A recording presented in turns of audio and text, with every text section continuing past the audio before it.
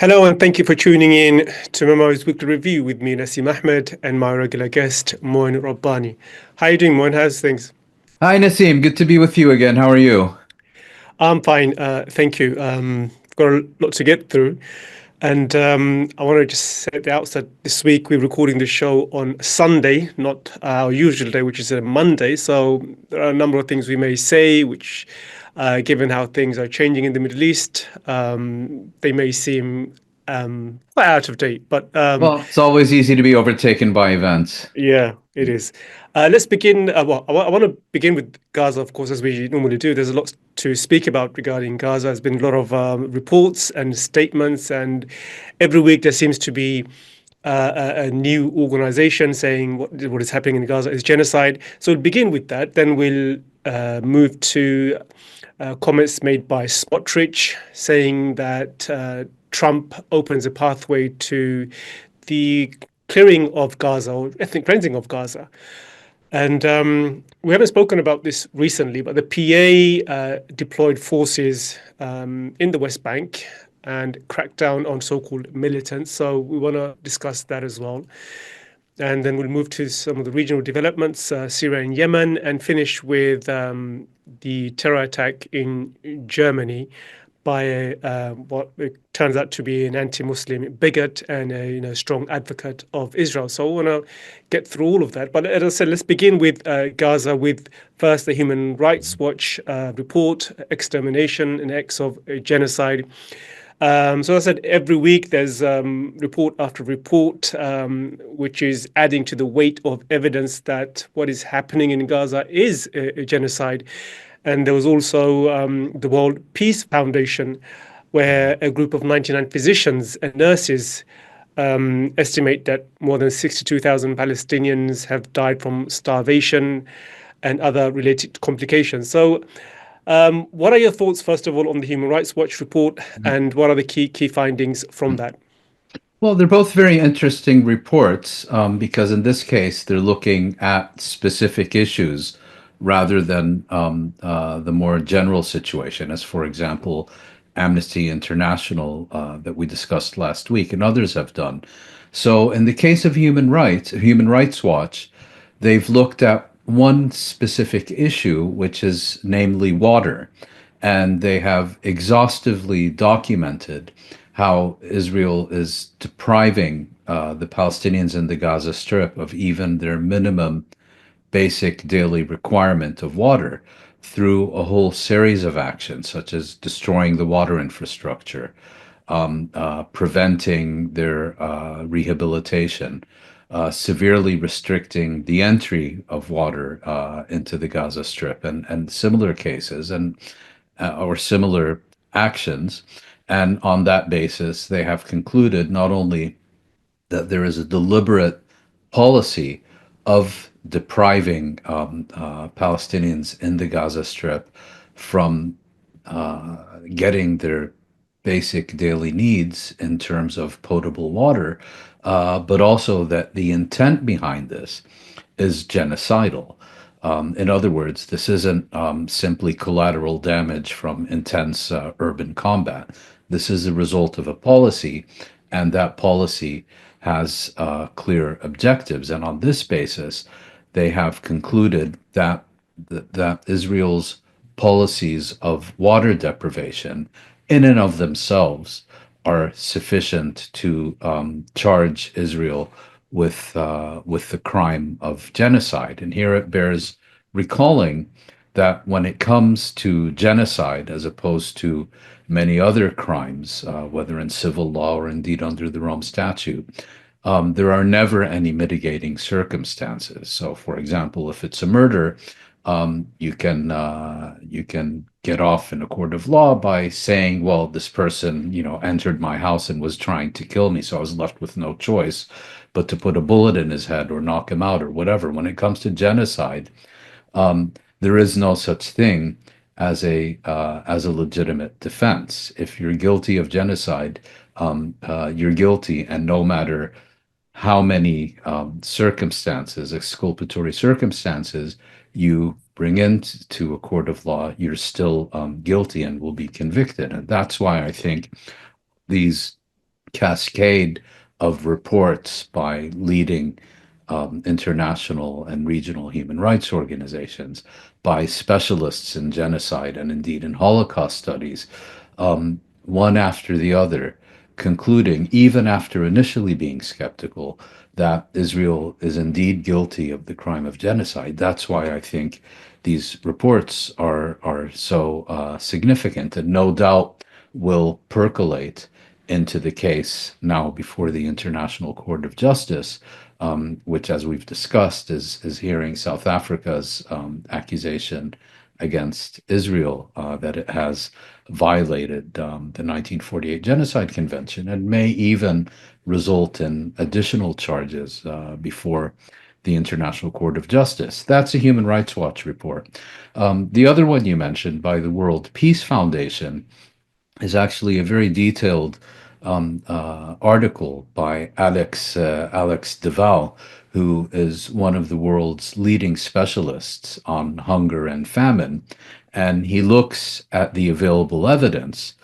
And on the one hand, he concludes that there is insufficient data and insufficient evidence, primarily, of course, because Israel is preventing specialists like him and others from collecting sufficient data and evidence. But nevertheless, he concludes there is insufficient data and evidence to give precise figures of deaths by famine and malnutrition. But at the conclusion of his article, he makes a point that when it comes to a humanitarian emergency, unlike, let's say, a criminal charge in the court of law, where the suspect is presumed to be innocent until proven guilty, in cases of humanitarian emergency, the more responsible thing to do is to assume that the worst may happen and act on that basis, rather than say, well, because we don't have detailed statistics,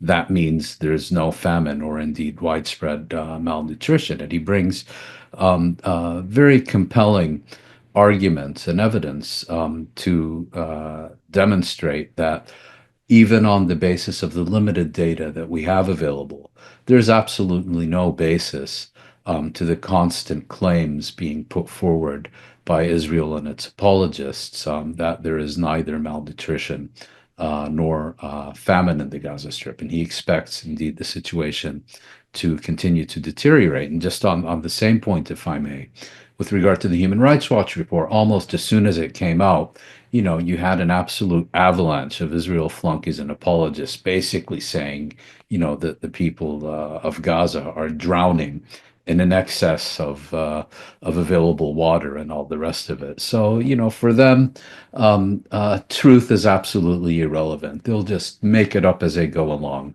in order to denounce anyone and everyone who poses even the mildest questions about Israeli policy or the mildest criticisms of Israeli conduct as being motivated by one issue and one issue alone. That has nothing to do with concern about war crimes or concern about the Palestinians. The only possible explanation why anyone would ever question or criticize anything Israel has ever done is anti-Semitism, pure and simple, as far as they're concerned. Mm. There's also been another report last week, which again adds to the weight of evidence, and this one is by Doctors Without Borders. And they describe Gaza as a death trap and document that 41 attacks on its medical team and 17 health facilities that are run by Doctors Without Borders. So that also adds to the weight of evidence. And there's also an article last week in Haaretz describing these kill zones. I mean, the kill zones are known, and it was really early on when Israel created these kill zones where any civilian is deemed as a terrorist and shot, even if they're carrying a white flag. So there was a famous case early on. But in this case, Haaretz has really dug deep and exposed just the horrific nature of that. 16-year-old boys being shot, even though they're carrying white flags, or things like that. So I guess, the question I'd want to ask is, why Haaretz has been I would say, way better than so many other mainstream Western publications from the New York Times and others. We'll get to the BBC as well. We have a discussion about the BBC. What you make of the Haaretz and the fact that it continues, despite the relentless attack by the Israeli government, it's exposing horrific war Mm. crimes, crimes against humanity, and your thoughts on the other report that came out from Doctors Without Borders. Yes. Well, if I can just, before answering a question, just make a brief point that the Human Rights Watch report and the World Peace Foundation report that we just discussed are easily accessible online. And the author of the World Peace Foundation report, Alex Deval, in fact, wrote a quite lengthy and detailed article on the same topic for the London Review of Books some months ago, which is also easily accessible. And similarly accessible are the two reports that you've just mentioned. The first by Médecins Sans Frontières, Doctors Without Borders, um, uh, which again is interesting because although it does not explicitly conclude that Israel is guilty of genocide, it, like Human Rights Watch report, looks at one specific issue, which is the issue it's specialized in, namely the medical sector, attacks on its own staff.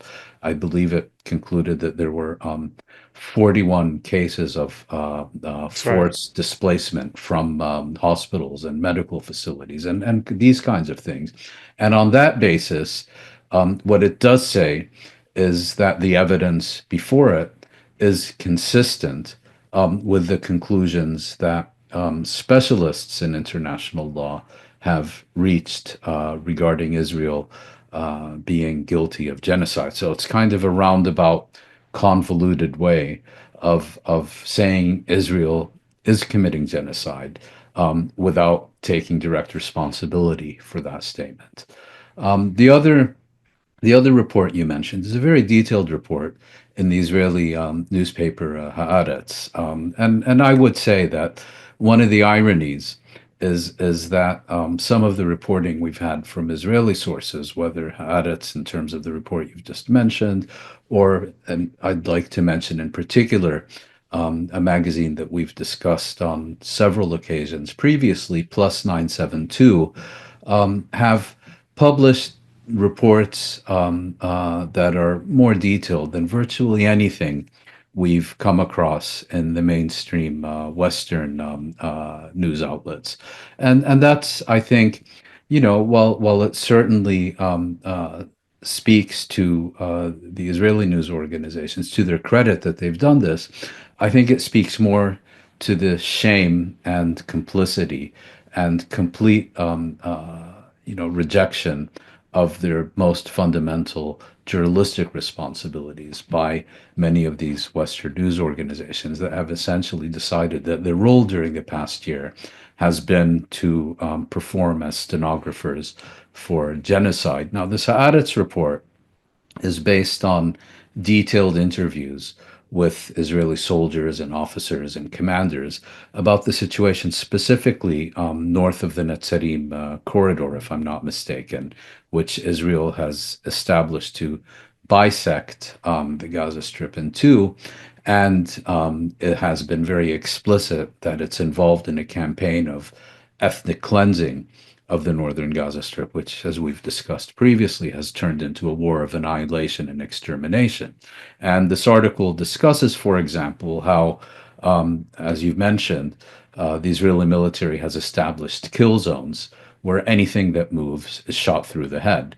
And the bodies are left there to be devoured by wild dogs, and how Palestinians understand that where they see or hear these wild dogs, that's because there are corpses there being devoured by these beasts, and that Palestinians go there at the risk of immediate death. And the report also talks, for example, about how different units compete with each other in terms of scoring the most kills. And in another case, that one unit had killed 200 Palestinians, and in each case, the unit has a photographer who's responsible for taking a picture of the corpse and sending it to some intelligence unit in Tel Aviv, and the response that came back was that of the 200 people that this unit had killed on that day, only 10 were in fact believed to be Hamas militants. So, for those flunkies and apologists who have, for the past year, trying to convince us, or maybe trying to convince themselves, that Israel is indeed the most moral army in the world, and that never in human history has there been a smaller proportion of civilian non-combatant deaths. Well, here's a proof you need. And as the Palestinian analyst and commentator Diana Boutou noted in response to the Haaretz report, we've been telling you this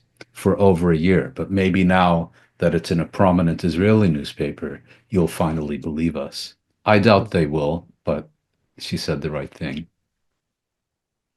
And far as Smotrich is concerned, the Israeli Minister of Finance, I think, finance, yes. So Yes. he's been speaking with glee about the possibility of depopulating Gaza, ethnically cleansing Gaza, with the upcoming Trump administration. Of course, it's not secret that Trump will be more sympathetic towards the Israelis than even Biden, if that's even possible. Such a high bar to cross. Yeah, and I think for a lot of people in the West who look at Smotrich, I think he's an anomaly, and this guy says crazy and wild things, forgetting the fact that he's part of the cabinet, he's a minister, and somehow Israel will find a way out of this and elect more sane people who they can work with. But that's not the way Israel is heading. Smotrich and Ben Gvir and Netanyahu, according to recent polls, they're not going to just win the next election. They'll increase their votes. That's the level of support they have within Israel. So the idea that Smotrich will be a one-term part of one administration for one term, it's just going to be the case. And if you also factor in the fact that many Israelis, something like 500,000, have left since 7 October, some would say 700,000, and these are more on the left who probably wouldn't have supported Smotrich and Netanyahu. They see Israel as a country constantly at war, and they don't see a future in Israel. They prefer to be in the US or in Europe, where they feel more safer than in Israel. So the direction of travel for Israel is that Smotrich, Ben Gvir, all the extreme far right are going to be empowered. And when Smotrich says stuff like this, that we will ethnically cleanse Palestinians, this is what we are planning for in the Trump administration.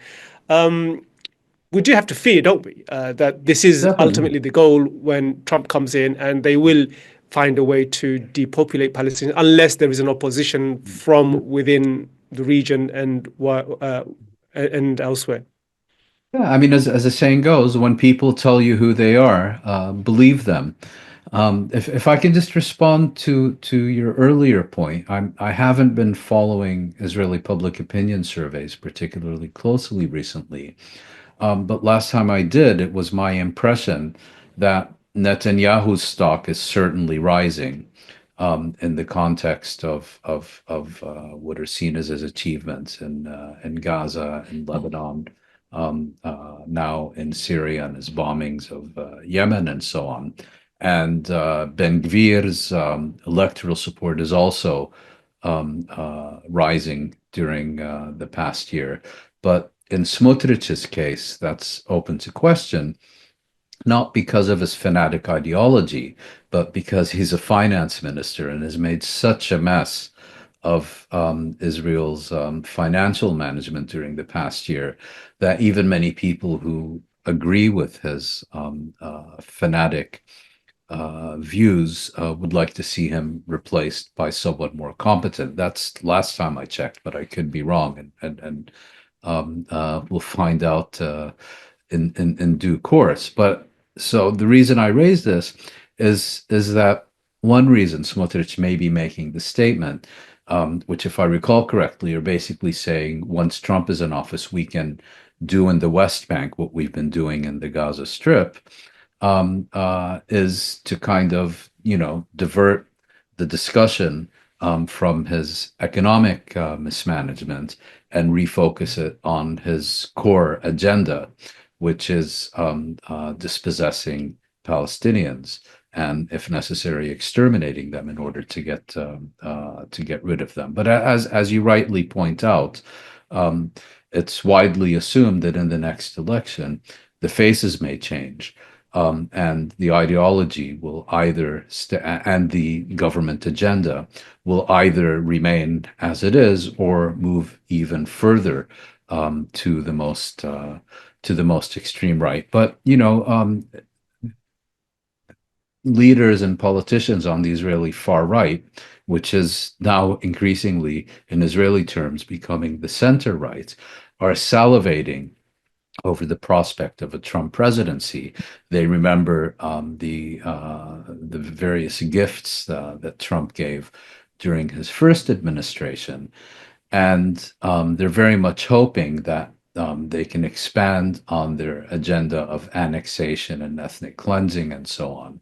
And while I can certainly understand their optimism in this respect, as we were just discussing, Biden has set an exceptionally high bar for the next president to be even more pro-Israeli than the current administration. So we'll have to wait and see how that plays out in 2025. Let's turn our attention to the West Bank. We haven't spoken about the West Bank as much recently. Um, Of course, there's been constant violence, constant attack by illegal settlers, I would say Israeli terrorists on Palestinians, who, as you mentioned, are seeking to do to Palestinians in the West Bank what they're doing to Gaza. But amidst all that, the Palestinian Authority deployed security forces against what it calls militants in the West Bank. So the question, I guess, isn't why is Mahmoud Abbas cracking down on Palestinians now? I mean, it seems to be the case of the PA freeing up Israeli forces so it can concentrate on its deadly assault on the Gaza Strip. That's what it seems like to a lot of people on the outside. Why is it cracking down on Palestinians in the West Bank? I think there's actually something bigger going on than merely doing Israel's dirty work, which of course Palestinian Authority has been doing for a very long time. I think two things are happening.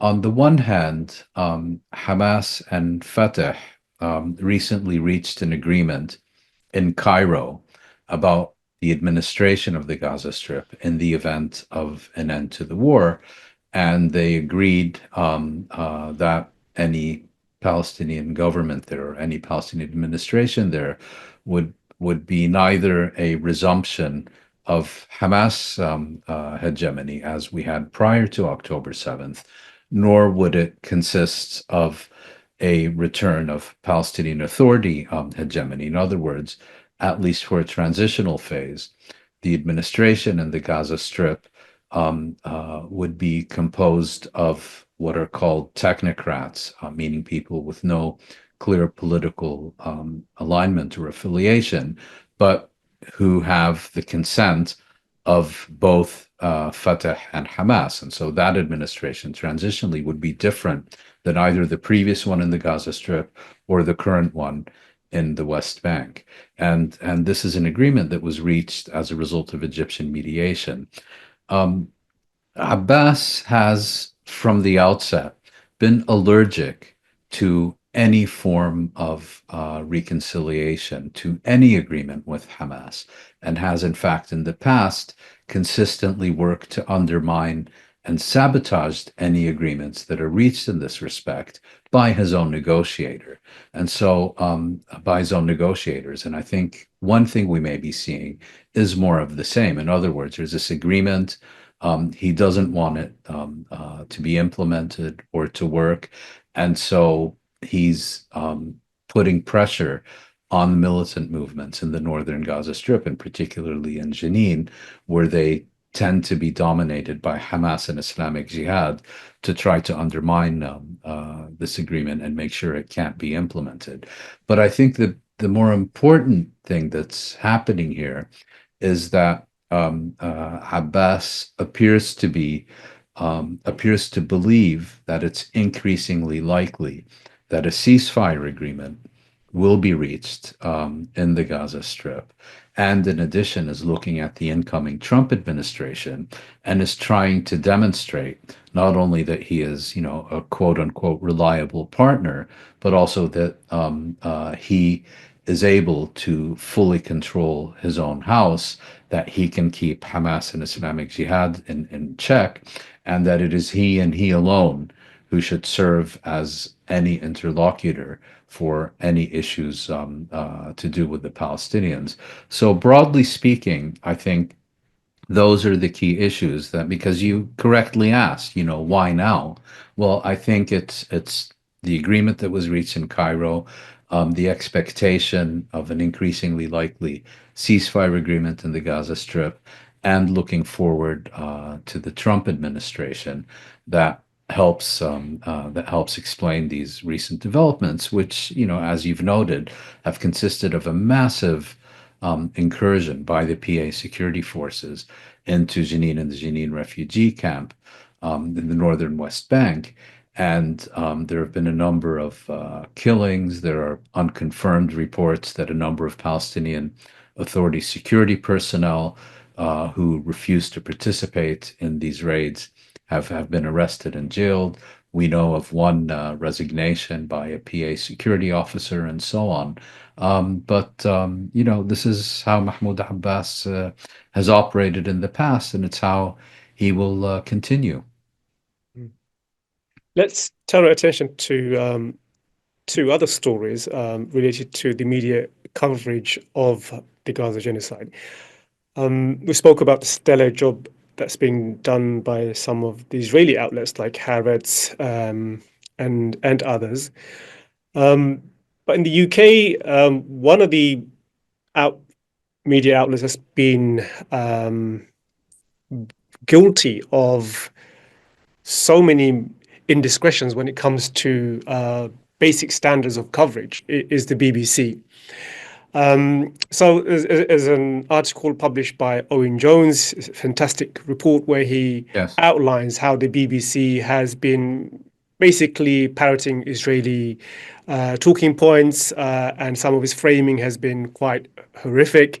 So, for example, the Amnesty International report, which concluded that Israel is committing genocide, the BBC framed it as Israel rejects fabricated claims of genocide. That was the headline. And there's so many other examples of that where the BBC basically acts as an apologist, centers the Israeli position without really giving a fair interpretation of exactly what's happening. The same BBC also published an article, let's be fair, about Facebook this time, Meta, showing that Facebook has been restricting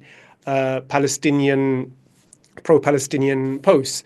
So where before 7 October, many of the Palestinian outlets had received high volume, millions and millions worth of posts and social media reach, it was reduced by Meta by 77%. There was a decline of 77% in pro-Palestinian posts and also posts from Palestinian news sources. So it's a complex scenario, but what we can clearly say is that BBC is an example of the failings of all the other mainstream Yes. newspapers, which Owen Jones, has amazingly documented. And he says there's a civil war within the BBC. So what's your thoughts on that?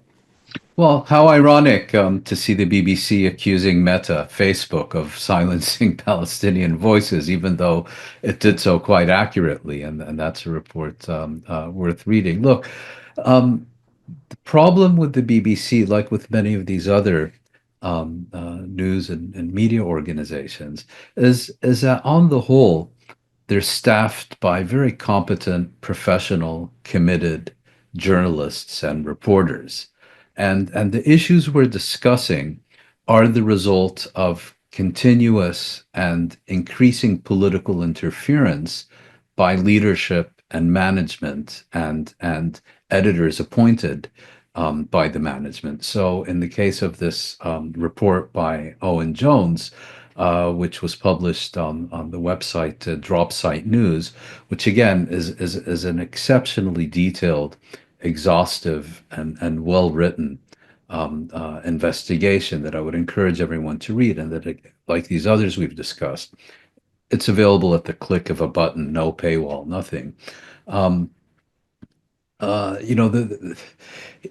the issue here again is that his main sources are actually BBC journalists and several BBC former journalists. Again, committed, professional, dedicated reporters and correspondents who were appalled that this news organization, to which many have dedicated so much of their professional lives, is being transformed into a stenographer for genocide, and in which it's become increasingly difficult to even present both sides of the story. I mean, imagine, in the midst of a genocide, these reporters are having to fight to even present the pros and cons of genocide, let alone do the appropriate thing under such circumstances. And the if I recall correctly, this this investigation by Owen Jones focuses also specifically on the BBC News website, to a greater extent than, for example, BBC radio or television, and makes the point that the BBC News website is the most accessed source of news globally. He mentions a number of hits it receives daily and weekly, which I can't recall, and that therefore the BBC plays an important role in setting the news agenda and informing people's perceptions of key developments and world affairs and so on, and shows how one individual in particular, who I believe is the editor of BBC Online, an individual named Rafi Berg, who wrote a book once about some Mossad operation in Sudan and brags about his close friendship with a Mossad officer, and then on his Twitter account brags about being retweeted by the international fugitive from justice, Benjamin Netanyahu. I mean, imagine if he had bragged about having been retweeted by Yahya Sinwar or Hassan Nasrallah. He'd have been out of a job not the same day, the same hour. So, and I think the other point Owen Jones makes, and I believe he's quoting a BBC journalist rather than stating this himself, is that a key problem here is not only the pro-Israeli instincts and sympathies of those responsible for editing these websites, and always, Israelis are killed actively by monsters. Palestinians are killed passively by circumstance.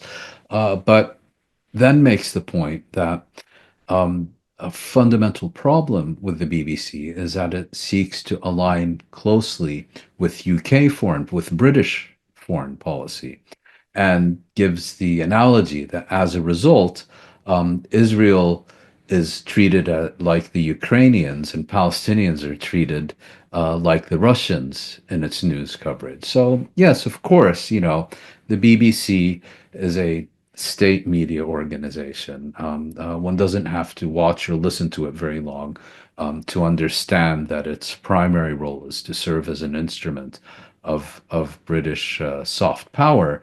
But that notwithstanding, it has, over the decades, I think, functioned exceptionally well as a globally recognized and respected news organization. And during the past year, these figures, like Robbie Gibb and Rafi Berg and others in the BBC leadership, have kind of gleefully flushed their organization's reputation down the toilet in order to serve, British and Israeli interests. Mm.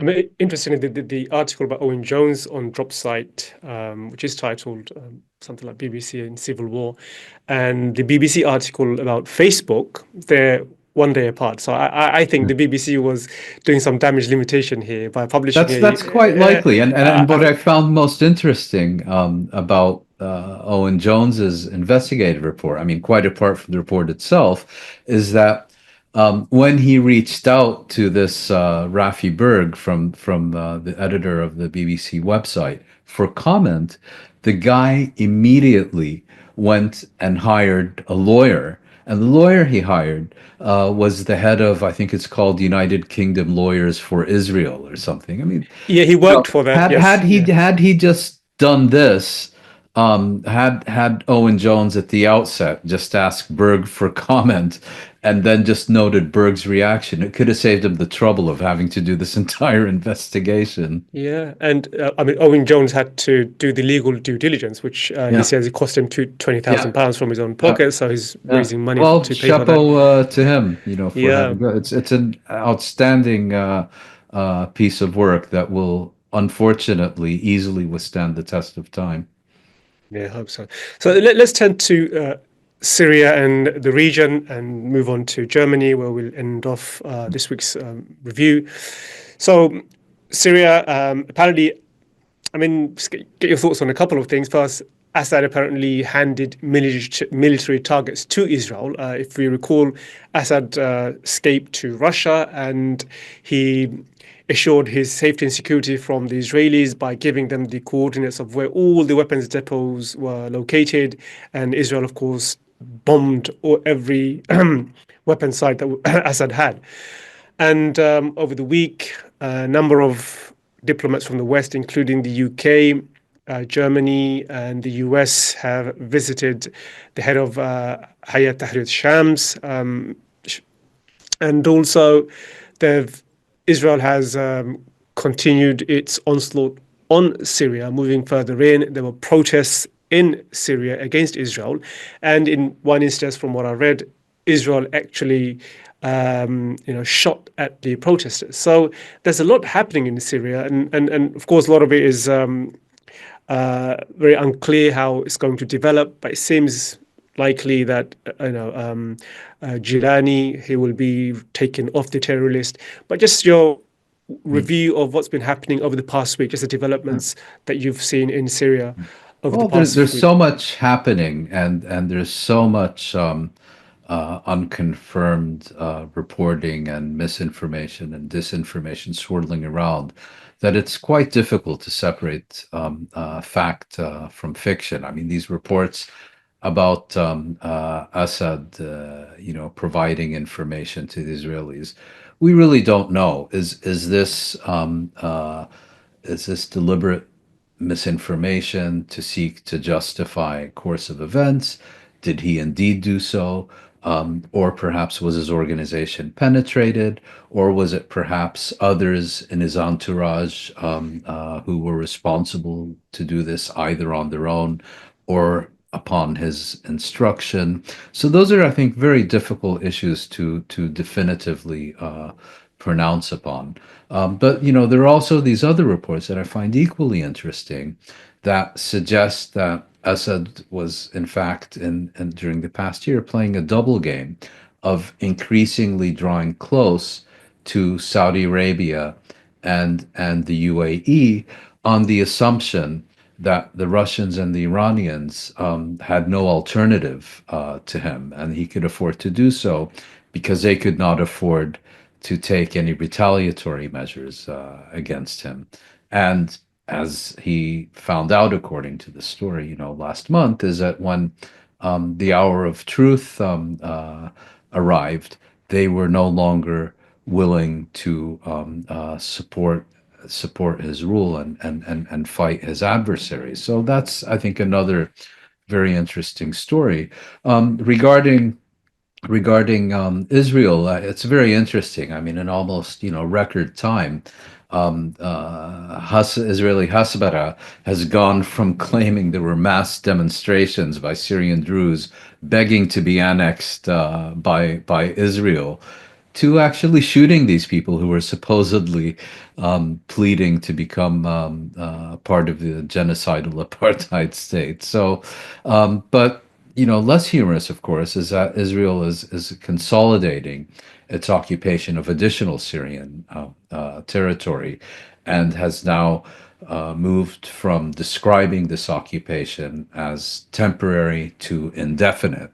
And I suspect pretty soon we can expect it to be characterized as permanent. And you mentioned indeed the arrival of these various delegations. I think the two most interesting are the Americans and the Turks.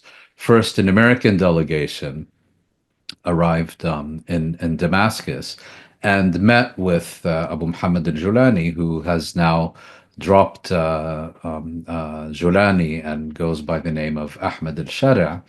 And even though he has a $10 million price on his head, his organization is, and he personally are designated as terrorists by the United States and by many others, including the United Nations.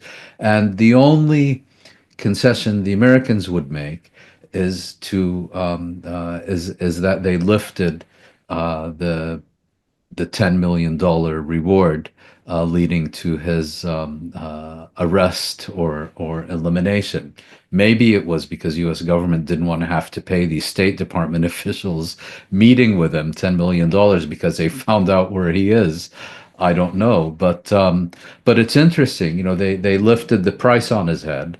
They didn't lift the designation, the terrorist designation of either Jordani himself or of the organization he leads, Hay'at Tahrir Al-Sham.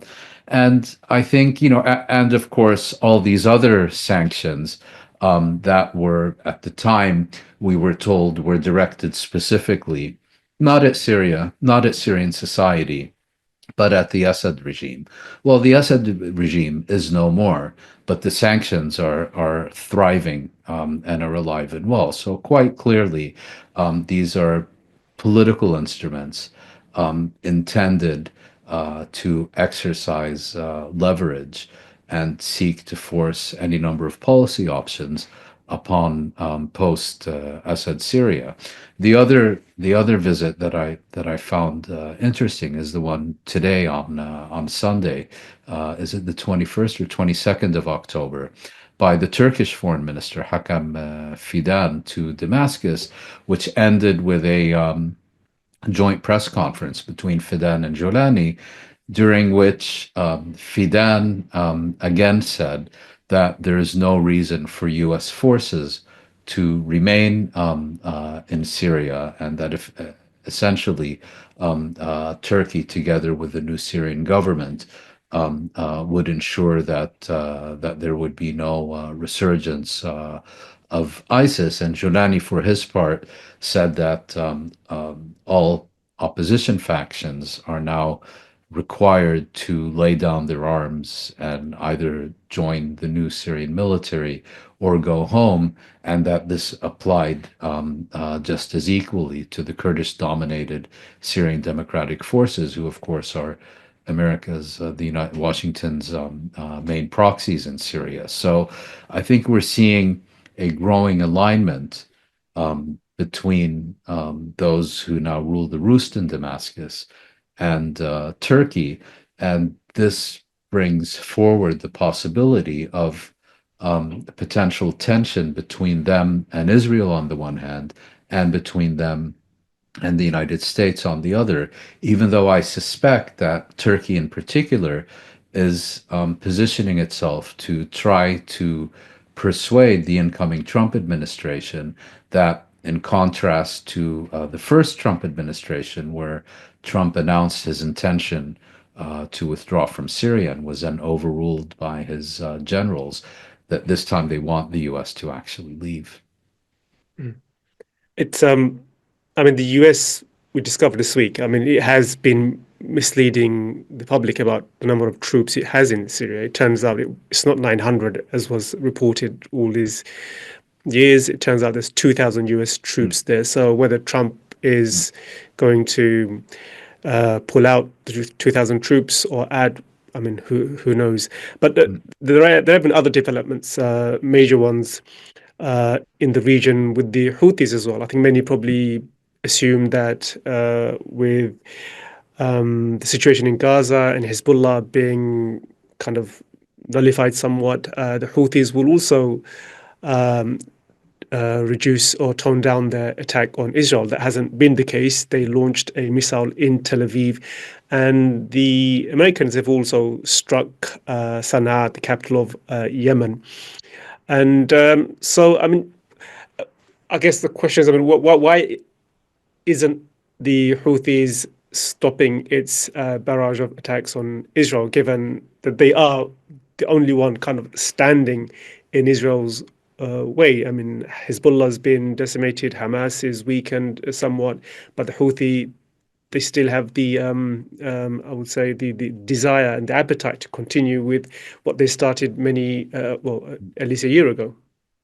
Well, Hezbollah is not currently engaging in hostilities with Israel. The militias in Iraq that were previously engaged in hostilities with Israel, and to a lesser extent with U.S. forces in the region, as part of the axis of resistance, appear to have gone quiet.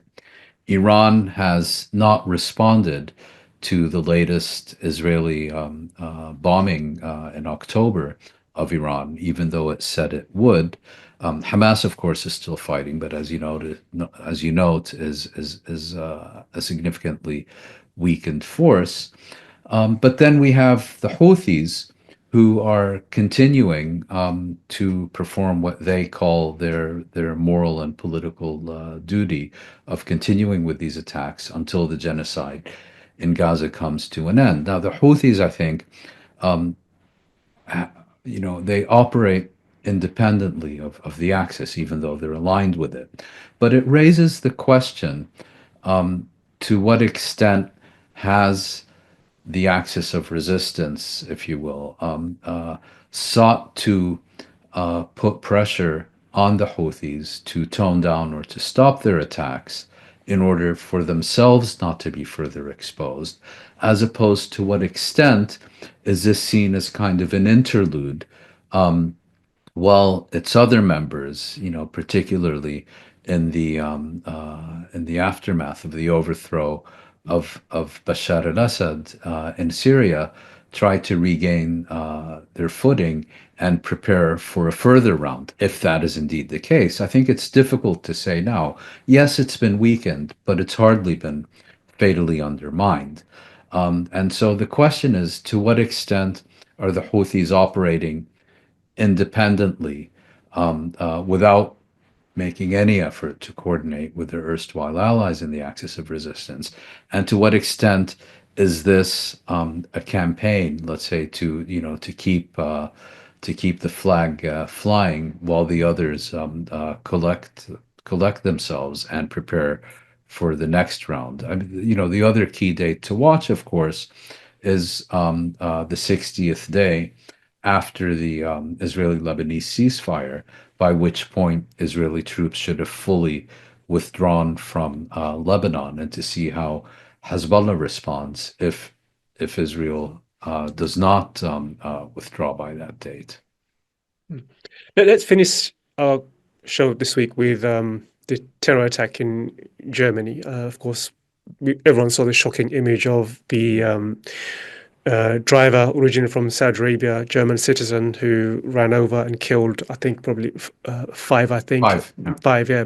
The shocking images. But also, what's also been interesting, though, for me anyway, just watching the coverage, the sheer meltdown of people like Elon Musk, who initially presented this as a attack by Islamist Muslim terror attack. Then he quickly pivoted when it was discovered he's an atheist. He left Islam. He pivoted to an anti-migration narrative. And now it turns out, given that he is found to have been a staunch supporter of Israel, advocated for greater Israel and whatnot, his Twitter account was deleted and then reopened again. This is the latest report I've heard. And many of the tweets which supported Israel have been removed. So, the meltdown of Musk and others on the right, generally who I think want a civil war in Israel and make Muslims a scapegoat for everything, that's been revealing for a lot of people. Just what's your thoughts on what we saw? Of course, the shock and everything else. It's really a case study. I mean, the moment this attack took place, before anyone knew who was responsible for it, because it seemed to have features in common with a previous such attack in 2016 that was perpetrated by an ISIS militant and other similar activities. Everyone rushed to conclude that this was another Islamist attack. Then it turned out the perpetrator was a Saudi, and that, of course, confirmed it. Then we started getting all these inconvenient facts. This was a Saudi who renounced Islam, had become a very vociferous Islamophobe, was a fanatic Zionist who believed in Greater Israel, and kind of his new gods were Elon Musk, Geert Wilders, the Dutch strongman, and Benjamin Netanyahu. And this presented kind of a difficulty or a challenge for many of those who had been at one level gleeful, because it helped promote their Islamophobic and anti-immigrant agenda. So then you began seeing these absolutely bizarre responses saying, well, okay, he may not be Muslim anymore, but he comes from a Muslim culture, as if, by mere fact of being Saudi, that confirms all the Islamophobic and anti-Arab tropes that had been put out previously. Then the new excuse was, well, he may say he's an Islamophobe. He may try to pretend that he's a right-wing fanatic who supports Alternative für Deutschland, the AfD neo-fascist party in Germany. But that's because he's practicing taqiyya. Taqiyya has become one of the favorite words of the Islamophobus ignoramus. These people who, discover a word, define it for themselves, and taqiyya basically, as might be expected, allows Muslims, when threatened with severe harm or death, to conceal their religious practice or affiliation. In other words, it's a defensive response to genuine danger.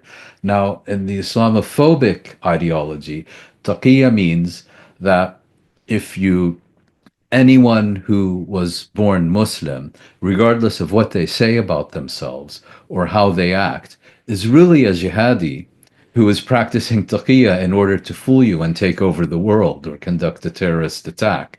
So absolutely absurd, And then this. There's no winning with this kind of No, mindset no, oh no, because no, no. I think is with taqiyya. I mean, the point I tweeted something in response to Elon Musk. 90% of Muslims don't even know what that is, and Yeah, those that I do, hadn't heard of it no, till eh, they started using and it. those that do is because the Islamophobes who can quote chapters and verse on taqiyya, they heard it Yeah, from the Islamophobes and they looked into what is taqiyya. And then when you yeah. read about taqiyya, you realize that really it was a response to the oppression and of Yeah, things Muslims in like the places like Spanish Spain. Yeah. Inquisition, or yeah, yeah. And it's a response to that. So in this kind of scenario where it's life and death, I mean, any Mm, religion will allow for that yeah. for this kind of Mm, mm.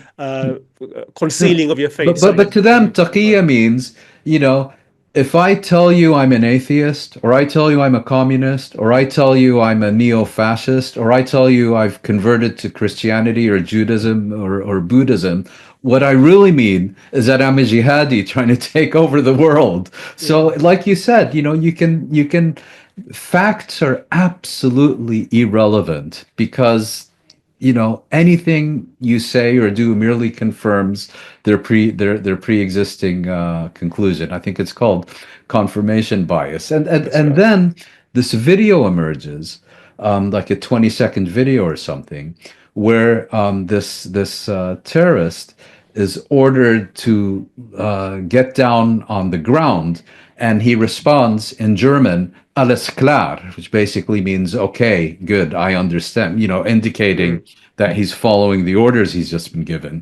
And for these, for the Taqiyya gang, what he was actually saying was Allahu Akbar. So how can he possibly I be? listened to the over and over. I'm thinking, where does he say Allahu Akbar? I couldn't, because I don't know German, but I Well, what clearly you know don't Arabic, and I understand, never know. Nasim, is if you want to hear Allahu Akbar, even if he said, Christ has risen, you will hear Allahu Akbar. So. Yeah.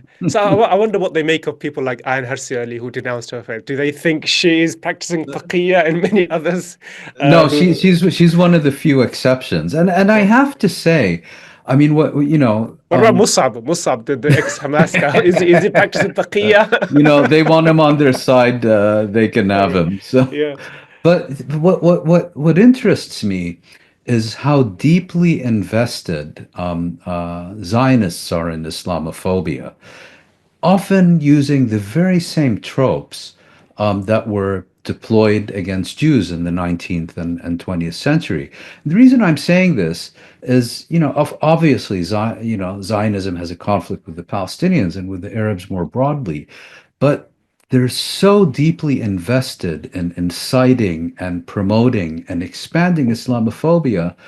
You wonder, is there anyone who has thought of telling them, if you want to isolate and marginalize the Palestinians by seeking peace agreements with all these other Muslim states, you may not want to constantly demonize them. I don't understand it, but they obviously seem to think it's a winning strategy. Mm. If it wasn't so scary, it would be hilarious. I mean, people Yes. people like Musk is sharing completely baseless tweets and videos about taqiyya, And about everything else for that about everything matter. else, Yeah. and I think ultimately Mm, these guys, their aim is to create so much unrest that there is mm, probably mm, pogroms against Muslims. This mm. is what they want Yeah. Well, ultimately. as I say, you can take the Boer out of South Africa, but you can't take apartheid out of the Boer. Mhm. Thanks, Moin. As always, pleasure listening to you. And thank you also, those who have tuned in to listen to our weekly review. Hope everyone has a great, merry, happy Christmas holidays and New Year. I think we probably may have another review show before that. So I hope to see you then. Bye bye. Thank you. Goodbye.